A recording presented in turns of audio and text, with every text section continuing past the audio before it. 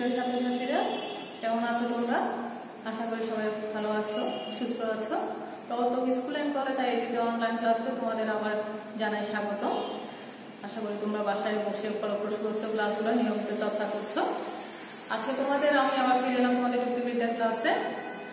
আজকে পড়াবো তোমাদের একটা সৃজনশীল নিয়ে একটু আলোচনা করার কথা ছিল আজকে। আমি আজকে সেটাই মোটামুটি তোমাদেরকে একটু ধারণা দেওয়ার চেষ্টা করব। আশা করি তোমরা ফলপ্রসূ হবে। আজকে আমরা আলোচনা করবো, তোমরা দেখতে পাচ্ছ আমি একটা সৃজনশীল করেছি। একটা সৃজনশীল প্রশ্ন তোমাদের এখানে দেখিয়েছি আমি। এই সৃজনশীল প্রশ্নটা আজকে তোমাদের এখানে আমি আলোচনা করব। তাহলে শুরু করা যাক। তাহলে আমাদের প্রথম হচ্ছে প্রায়োরিটিতে সৃজনশীল প্রশ্ন।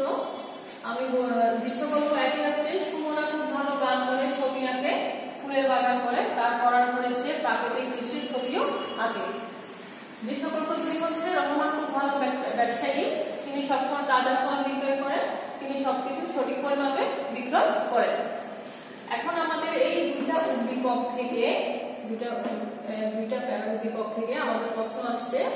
এক হচ্ছে যুক্তিবিদ্যার জনক কে, 2 হচ্ছে যুক্তিবিদ্যার কাজ হচ্ছে সত্য আবিষ্কার করা, বুঝিয়ে লিখো। এটা হচ্ছে তোমার জ্ঞানমূলক।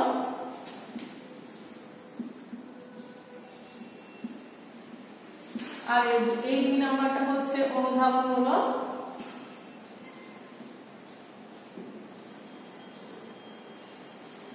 তারপর 3 নাম্বার প্রশ্ন হচ্ছে দৃশ্যকল্প 1-এ তোমার পঠিত কোন বিষয়টি প্রতিফলিত হয়েছে? এইটা হচ্ছে তোমার উচ্চতর দক্ষতা, এটা হচ্ছে প্রয়োগমূলক।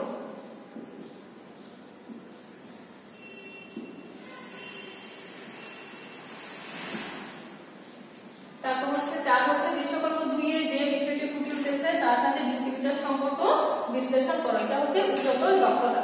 তাহলে আমরা 4টা প্রশ্ন পেলাম, জ্ঞানমূলক, অনুধাবনমূলক, প্রয়োগমূলক এবং উচ্চতর দক্ষতা।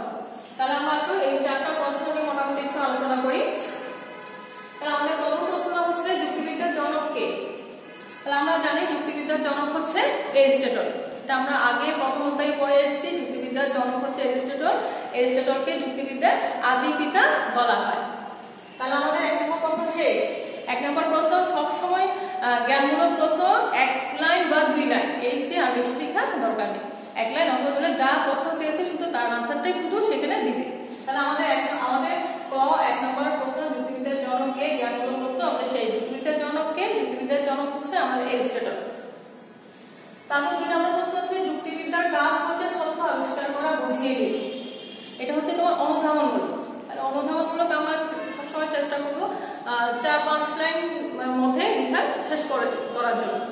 তাহলে আমাদের প্রশ্ন হচ্ছে যুক্তিবিদ্যার কাজ হচ্ছে সত্য আবিষ্কার করা, এটাকে বুঝিয়ে লিখো।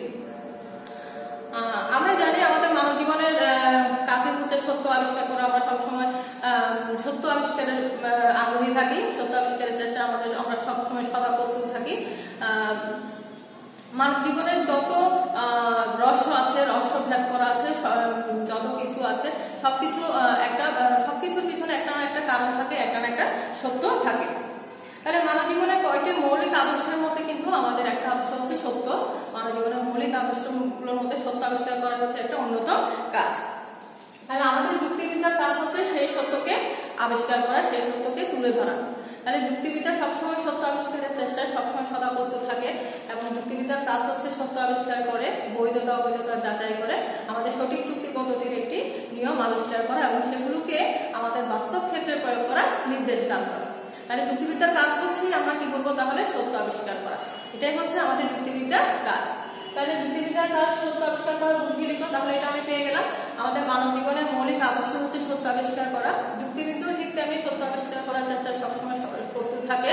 আর যুক্তিবিদ্যার কাজ হচ্ছে সত্য আবিষ্কার করে আমাদের জীবনের বৈধতা অবৈধতা বিচার করে একটা সঠিক নিয়মাবলী আবিষ্কার করে আমাদেরকে বাস্তব জীবনে একটা সঠিক নিয়ম কানুন প্রণয়ন করা, আমাদের বাস্তব জীবনে একটি সঠিক দিক নির্দেশনা দেয় এই যুক্তিবিদ্যা। তাই যুক্তিবিদ্যার কাজও হচ্ছে সত্য আবিষ্কার করা। 3 নম্বর প্রশ্ন হচ্ছে দৃশ্যকল্প 1-এ তোমার পঠিত কোন বিষয়টি প্রতিফলিত হয়েছে? এটা হচ্ছে প্রয়োগমূলক। তাহলে আমরা দেখি যুক্তিবিদ্যা দৃশ্যকল্প 1-এ তোমার পঠিত কোন বিষয়টি প্রতিফলিত হয়েছে। তাহলে আমাদের দৃশ্যকল্প 1টা তাহলে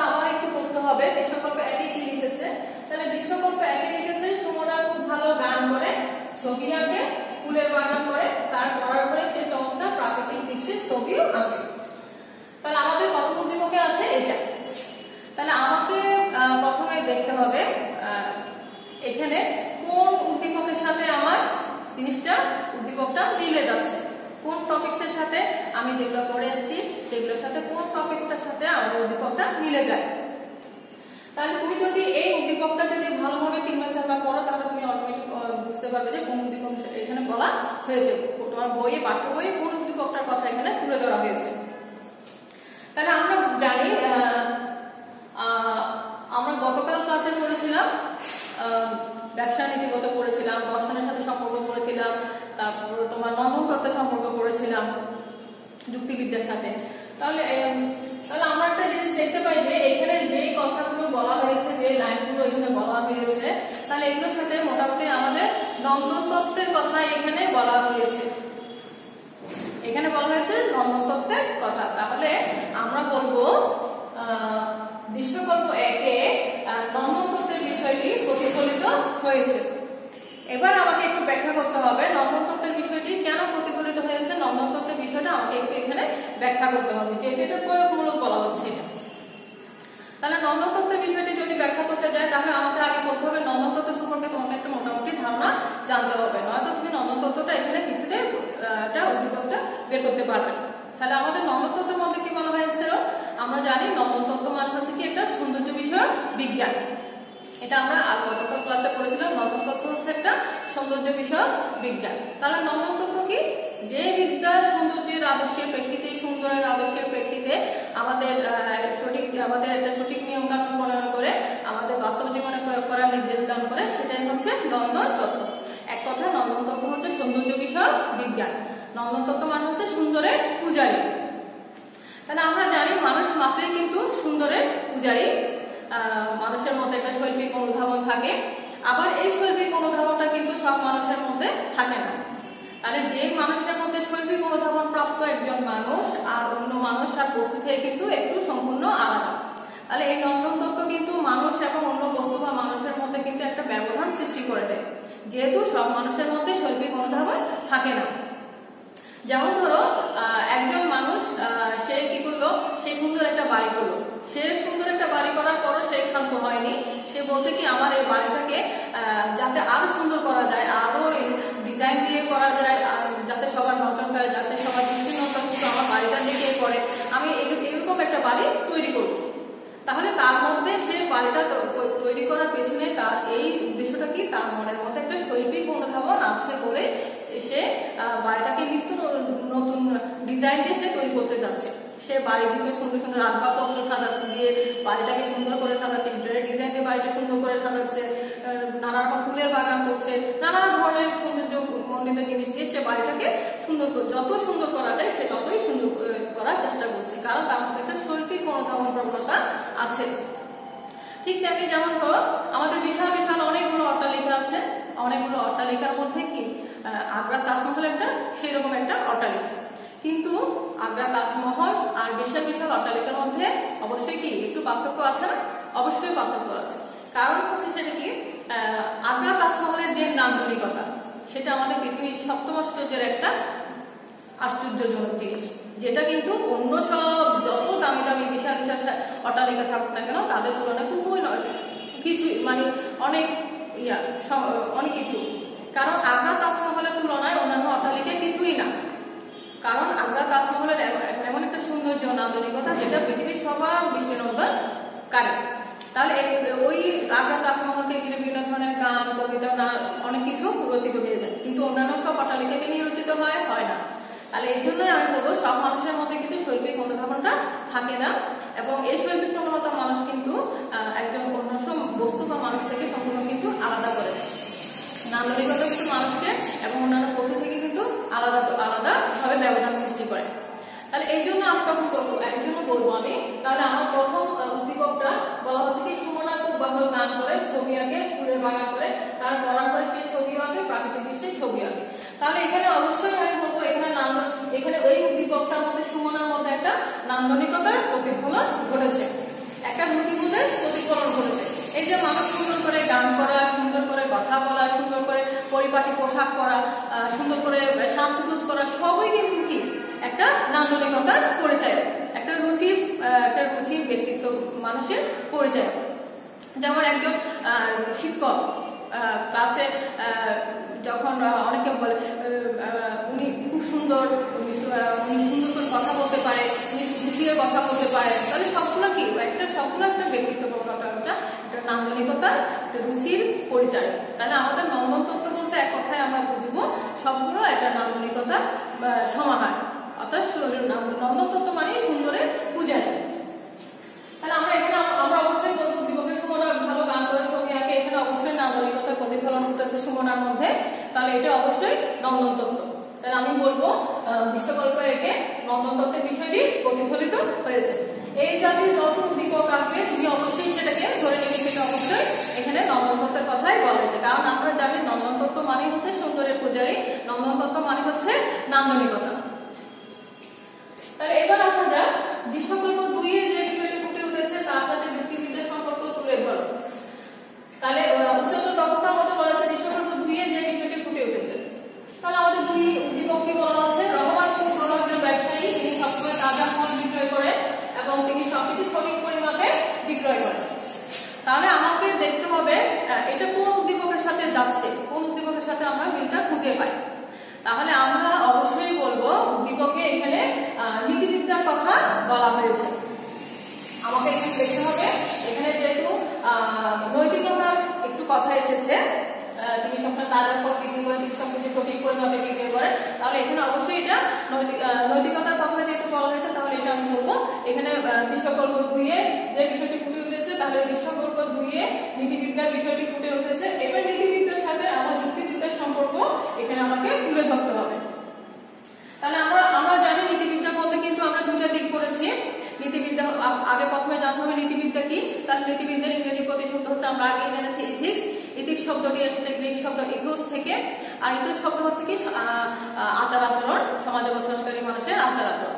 তাহলে এক কথায় নীতিবিদ্যা বলতে বোঝায় কি সমাজে বসবাসকারী মানুষের আচার আচরণ সম্পর্কিত একটি বিজ্ঞান। নীতিবিদ্যা বলতে বোঝায় সমাজে বসবাসকারী মানুষের আচার আচরণ সম্পর্কিত একটি বিজ্ঞান। তাহলে আমরা নীতিবিদ্যার মধ্যে কিন্তু দুইটা বিষয় পড়েছিলাম, একটা হচ্ছে ব্যবসা আর একটা হচ্ছে পেশাগত ক্ষেত্রে। অর্থাৎ যারা ব্যবসাগত ক্ষেত্রে তারা কি নীতিবিদ্যার ভূমিকা পালন করবে এবং পেশাগত ক্ষেত্রে যারা আছেন ওনারা কি নীতিবিদ্যার ভূমিকা পালন করবে। তাহলে আমরা দেখতে পাই ব্যবসাগত ক্ষেত্রে আমরা নীতিবিদ্যার ভূমিকা কখন ক্লাসে পড়েছিলাম। আমাদের এই সমাজে আমরা মোটামুটি সবাই একটা সমাজের সদস্য, আমাদের মধ্যে অবশ্যই ব্যবসাগত ক্ষেত্রে বলি, আমরা যারা পেশাগত ক্ষেত্রে আছে পেশাগত ক্ষেত্রে বলি, আমাদের মধ্যে অবশ্যই একটি নৈতিকতা বোধ থাকা জরুরি। কারণ এই নৈতিকতা বোধ যদি আমাদের মধ্যে না থাকে তাহলে সমাজে কি একটা বিশৃঙ্খলা নেমে আসবে, সমাজে অশান্তি শুরু হবে, সমাজের মধ্যে থাকবে না, এটা পশুতে নেমে যাবে। আমাদের ভিতরে যদি একটা মনুষ্যত্ববোধ না থাকে, একটা নীতিবোধ না থাকে, তাহলে আমরা কোনো পেশায়, কোনো ব্যবসা বাণিজ্য বলো, কোনো পেশায় গিয়ে বলো, আমরা টিকে থাকতে পারবো না। তাহলে আমাদের মধ্যে অবশ্যই কি নৈতিকতা বোধটা থাকা অবশ্যই জরুরি। তাহলে সেক্ষেত্রে যেমন ব্যবসায় বলা হচ্ছে কি রহমান সাহেব খুব একজন ভালো ব্যবসায়ী, তিনি সবসময় তাজা ফল বিক্রয় করেন। তাহলে আমি বলবো ব্যবসাগত ক্ষেত্রে কিন্তু যারা আছে তারা যদি যখন কোনো জিনিস বিক্রয় করেন তখন ওনার চেষ্টা থাকতে হবে উনি যে জিনিসটা সমপরিমাণে নিচ্ছেন সেই সমপরিমাণে উনি দ্রব্যটা দেওয়ার চেষ্টা করবেন। কারণ উনি সমমূল্যে ওনার কাছ থেকে যে অর্থটা নিচ্ছে সেই অর্থ অনুযায়ী সেই সমমূল্যে ওনাকে সেই দ্রব্যটা ওনাকে হস্তান্তর করতে হবে, এবং সেই জিনিসটা যদি উনি না করে তাহলে ওটা হয়ে যাবে অনৈতিক, এটা হবে সমাজের বর্জিত কাজ। এখন উনি একজন ক্রেতার কাছ থেকে সমমূল্যের অর্থ নিচ্ছে কিন্তু উনি দ্রব্য দিচ্ছেন ওখানে পরিমাণে কম, ওখানে ওজনে কম দিচ্ছেন, তারপর উনি ওখানে ফরমালিন মিশাচ্ছেন, এসব হবে আমাদের নৈতিকতা বিরোধী কাজ এবং বর্জিত কাজ। তাহলে একজন ব্যবসায়ী যদি সমমূল্যের অর্থ নিয়ে এবং সেই পরিমাণে যদি উনি কোনো খাদ্যদ্রব্যে ভেজাল না মিশিয়ে যদি ওজনের সঠিক পরিমাণে যদি উনি সবকিছু ক্রেতার কাছে বিক্রয় করে, তাহলে সেই ব্যবসায়ীটা হবে আমাদের মানব সমাজের জন্য একজন দৃষ্টান্ত। তাহলে এই জন্য বলা হচ্ছে রহমান সাহেব একজন ভালো ব্যবসায়ী, তিনি সবসময় তাজা ফল বিক্রয় করেন এবং সবকিছু সঠিক পরিমাণে বিক্রয় করেন। তাহলে এখানে আমি অবশ্যই বলবো এখানে ব্যবসাগত ক্ষেত্রে নীতিবিদ্যার কথা বলা হয়েছে। ঠিক তেমনি পেশাগত ক্ষেত্র একই রকম। পেশাগত ক্ষেত্র আমরা যে যা পেশায় আছি আমাদের যতটুকু সম্ভব আমাদের উচিত পেশাগত ক্ষেত্রে আমাদের যাতে আমাদের পেশাটা সম্মানজনক হয়, আমাদের পেশাটা সম্মানজনক হয় সেরকম আমাদের পেশাগত ক্ষেত্রে আমাদের দৃষ্টি দিতে হবে। যেমন একজন চিকিৎসক, উনি যদি হাসপাতালে চিকিৎসা না করে, উনি যদি প্রাইভেট একটা চেম্বার খুলে উনি যদি ওখানে রোগী দেখেন, সেটা হবে ওনার নৈতিকতা বিরোধী কাজ। ঠিক তেমনি একজন শিক্ষক যখন ক্লাসে সঠিক পাঠদান না করে যখন উনি কোচিং করাবেন এবং স্টুডেন্টদেরকে ক্লাসে যাওয়ার উৎসাহিত না করে কোচিংয়ে যাওয়া উৎসাহিত করে, সেটা হবে সমাজের নৈতিকতা বিরোধী কাজ। তাহলে আমরা অবশ্যই কি সেটা চাইবো না। তাহলে আমরা চাইবো পেশাগত ক্ষেত্রে যাতে নৈতিকতা বিরোধী কোনো কাজ না হয়, নীতি বর্জিত কোনো কাজ না হয়, সেদিকে আমাদের লক্ষ্য রাখতে হবে। যদি সেরকম কোনো কিছু না হয় তাহলে আমাদের সমাজ কিন্তু বিশৃঙ্খল হয়ে যাবে, সমাজে অশান্তি নেমে আসবে। আমরা কিন্তু সেটা চাই না, আমরা চাই সবাই একটা সুন্দর সুস্থ একটা সমাজ। তাহলে এখানে আমরা অবশ্যই বলবো দিশাকল্প দিয়ে যে বিষয়টি উঠেছে সেটা হচ্ছে নীতিবিদ্যা। এর সাথে বলা হচ্ছে যুক্তিবিদ্যার সম্পর্ক। তাহলে আমাদের যুক্তিবিদ্যার সম্পর্কে আর তো কোনো যুক্তিবিদ্যা সম্পর্কে তোমাদের এর আগের ক্লাসে আমরা পড়েছিলাম। যুক্তিবিদ্যার ইংরেজি প্রতিশব্দ হচ্ছে লজিক। লজিক শব্দটি এসেছে গ্রিক শব্দ লজিকিং থেকে, আর লজিক হচ্ছে লজিক শব্দের বিশেষণ। আর যুক্তিবিদ্যার কাজ হচ্ছে সত্য আবিষ্কার করা। যুক্তিবিদ্যার সত্যতা আবিষ্কারে সবসময় প্রস্তুত থাকে এবং আমাদের সঠিক নিয়মাবলী আমাদের বাস্তব জীবনে প্রয়োগ করার নির্দেশ দান করে। যুক্তিবিদ্যা হচ্ছে আমাদের সঠিক যুক্তি পদ্ধতি নিয়ম কানুন কিভাবে আমরা বাস্তব জীবনে প্রয়োগ করবো সেই প্রসঙ্গে একটা কলা কৌশল শিখিয়ে দেয়। তাহলে আমরা পেয়ে যাচ্ছি নীতিবিদ্যার সাথে যুক্তিবিদ্যার সম্পর্ক। তাহলে আমাদের মোটামুটি তোমাদের একটা সৃজনশীল সম্পর্কে আমি একটা ধারণা দিয়েছি। এইরকম তোমাদের বোর্ড কোশ্চেন অনেক আছে, বোর্ড কোশ্চেন গুলো ফলো করবে। এরকম সৃজনশীল যত আছে তোমরা সৃজনশীল গুলো চর্চা করার চেষ্টা করবে। এবং তোমাদেরকে আমি আগের ক্লাসেও করেছি এবং এখনো বলছি, তোমরা যতটা পারবে মেইন বই ফলো করবে। মেইন বই যদি না করো তাহলে কিন্তু তোমাদের পড়াগুলো তোমাদের আয়ত্ত আসবে না। তোমাদের সবচেয়ে জরুরি কিন্তু আগে মেইন বইটা তোমাদের আয়ত্ত করা। এরপর আজকে মোটামুটি তোমাদের একটা সৃজনশীল প্রশ্ন ধারণা দিয়েছি, তোমরা এটা বাসায় চর্চা করবে। তোমাদের নেক্সট ক্লাসে আমি আরেকটা নতুন টপিকস নিয়ে নতুন আলোচনা করবো, নতুন সৃজনশীল নিয়ে তোমাদের ধারণা দেওয়ার চেষ্টা করবো। ততদিন পর্যন্ত তোমরা সুস্থ থাকো, ভালো থাকো, ধন্যবাদ।